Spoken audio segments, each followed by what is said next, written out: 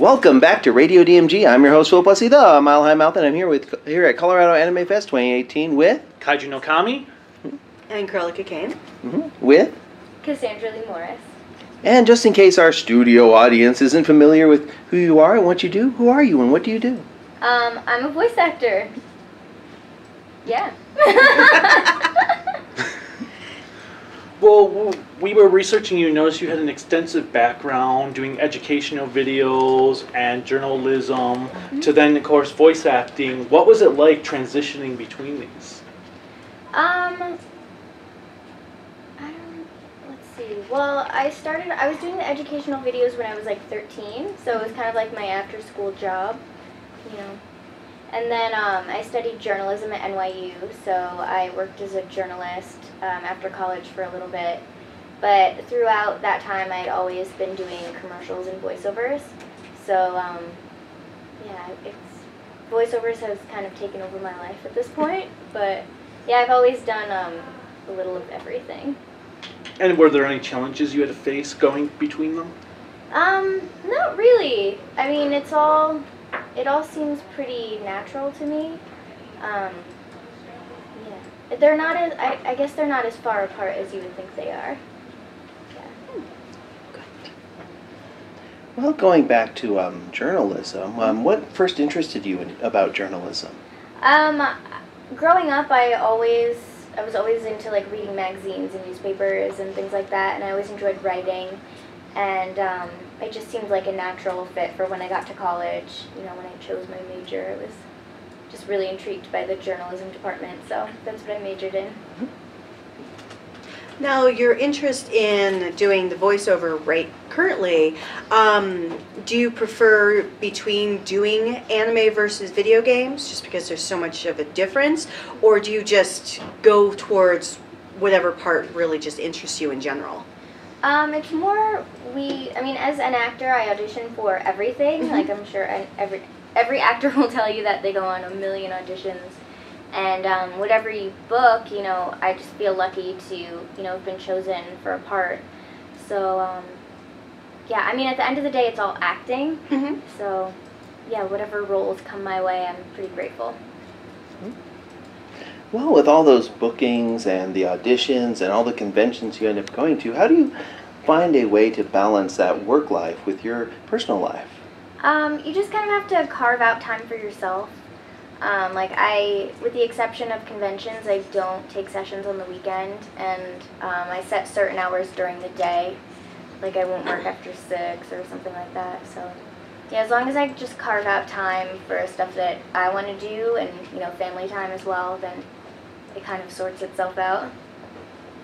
Bouncing back to the educational videos, because I'm a teacher myself for elementary. Oh, cool. Are these things that anyone can watch because I believe they were in science, and is this something that's readily available for teachers to show their students?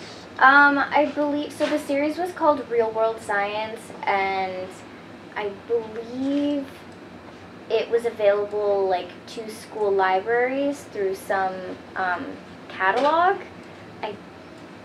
I don't even know what the name of the catalog is or anything because, you know, I worked on it so long ago and I was basically a kid. But there might be some clips on YouTube. I have no idea, to be honest. But yeah, it was called Real World Science, if you want to check it out. Okay. So what type of scientific concepts did you teach about, or were you part of explaining? And what's your favorite scientific concept? Let's get into this. Everything from, everything from like machines and how they work, to like dinosaurs, to like basic science experiments, stuff like that. I mean, I was like 13 years old when I was doing this, so it was a long time ago. I think I probably did 20 videos, but to be honest, I couldn't tell you the titles of them today. I'm sure my mom still has them in her closet somewhere. Yeah.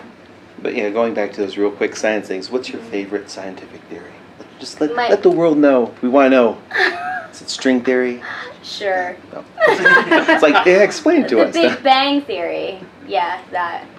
Science. So, For fun, what do you like to do? Like, tell us a little bit about Cassandra's Fun Time. Do you like movies? Do you like musical theater? Do you like reading?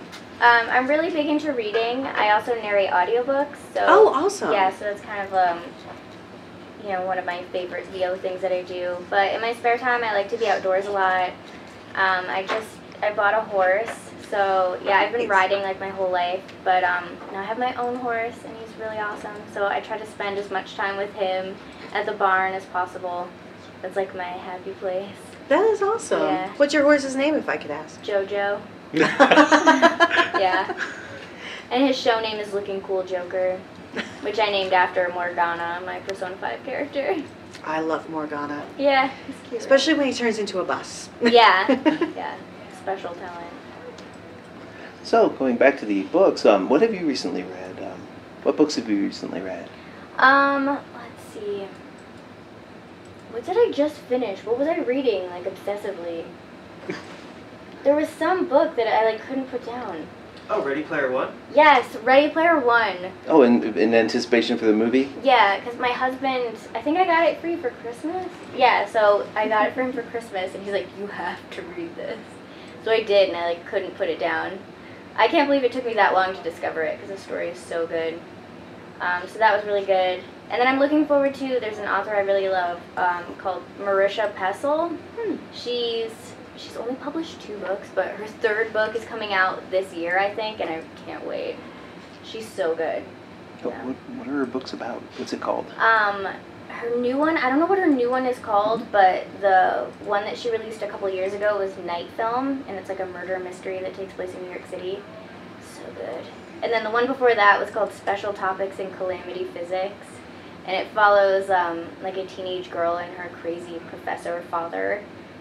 Yeah, just like the way she writes is really, it's so good. Like, I could reread that book, like I've reread it like 5 times, and like every time I discover something new, you know? So, it's hard to explain, but just read it. Yeah. I love murder mysteries, so I'll have to definitely look that one up. Oh, cool. Yeah, Night Film, it's really good. Now, what would you say to little kids who are actually looking into either getting into voice acting or theater, that they're with both on both ends of spectrums? Those that are like, oh, this is what I'm going to do, it's going to be easy for me, and then the ones that are like, well, I would like to do it, but I'm too afraid to fail. I would say just try it, you know. Local theater is pretty inclusive. It's more about like the community aspect rather than like becoming a big star. I started off doing children's theater in Connecticut, and I made such good friends that way. I had something to do every weekend, and you know, we were working towards a goal for months, and I got to sing and dance. So yeah, I mean, I have such good memories from doing that. Yeah, so just like, you know, don't take it too seriously. Just go in it for fun and see what you learn and see what you like. Like, you might think that you want to do acting, but then you might discover that you like doing costumes better, or sets, or music. So yeah, there's a lot of aspects of theater and acting in general, and the entertainment industry that, you know, you can discover by being a part of local stuff. So yeah. So you kind of start with like there's a little bit of that musical theater background in there. So what would you say would be like your first musical that actually got you into that? The first musical I was ever in was called Oklahoma, and I was 8 years old. And I was in the chorus, so I just like sang and danced and did big group numbers. And yeah, that's where I discovered that I really loved performing. And then after that so it was like the same theater company every year. They would put on a big musical. So we did Oklahoma, The Wiz, Godspell, Little Shop of Horrors. Yeah, like all the classics, you know. It was a lot of fun. Ultimately a little sanitized though, because Oklahoma and Little Shop of Horrors have some things in them. Well, yeah, I mean they like, you know, made it Yeah. a little tame. We did Grease too, and I'm sure they took out Oh yeah. some of the stuff because we were little. It was like 3rd through 8th grade. But it was fun. I mean, we didn't know the difference, you know. Yeah. That's just fascinating that that through your career, from being a child actor to now doing so many different things, what has inspired you to keep going with it? Just determination, or just your love for it in general? I guess a little bit of both, you know. Yeah. I mean, it's just something that I feel like performing has always come naturally to me, and I do enjoy doing it, so, yeah. That's never a bad thing. At least you know you have that in you. Yeah.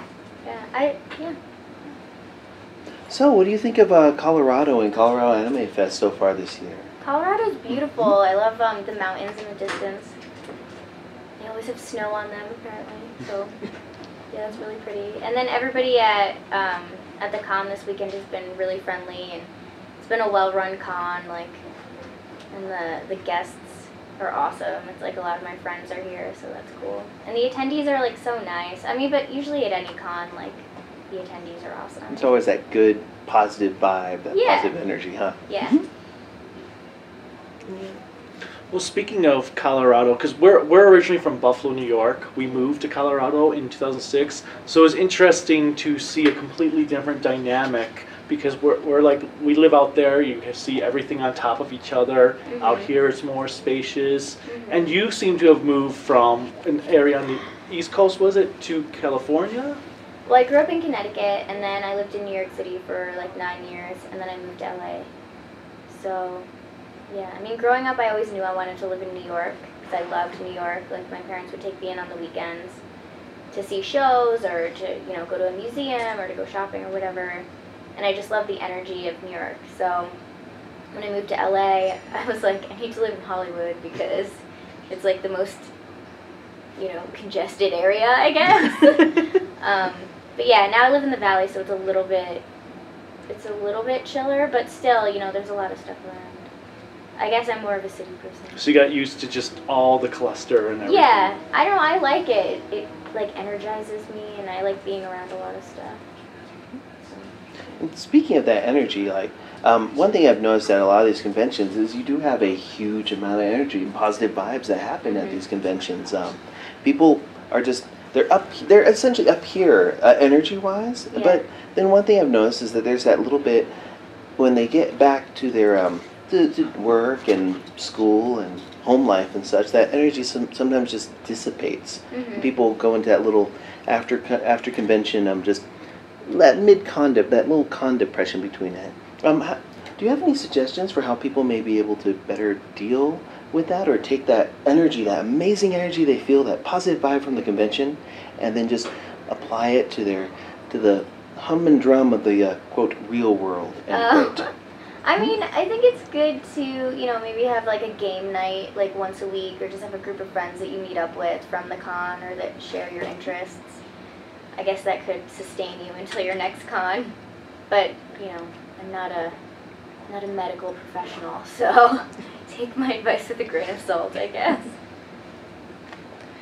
Well, admittedly, I don't have any more questions at this time. I guess, do you have any words of wisdom that you would share for our audience, kids who want to look up your either your games or your anime series? Any words of wisdom to help motivate them?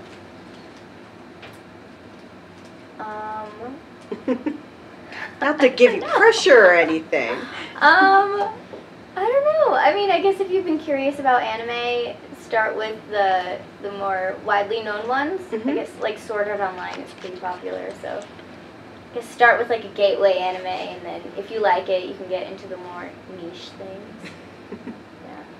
Thank you very much. And what social media links can people find you at? I'm on Twitter as @SoCassandra, Instagram Cassandra.Morris, and I have a Facebook fan page, but I don't really keep up with it as much as the other two. So I'd say the other two are probably the best bet. Yeah. Well, before we go, is there anything you'd like to promote as well? I have some projects coming out this year, but I can't talk about them yet. So anything that's out? That's out. I'm trying to think of something that was like just announced. I don't know. I feel like I have like 5 things that I really want to talk about, but I can't yet. So I would say just stay tuned to Twitter or Instagram, and yeah, I have like a cool Netflix series coming out. There's a new anime that's like 50 episodes long that I'm the main character in, but I can't say it yet.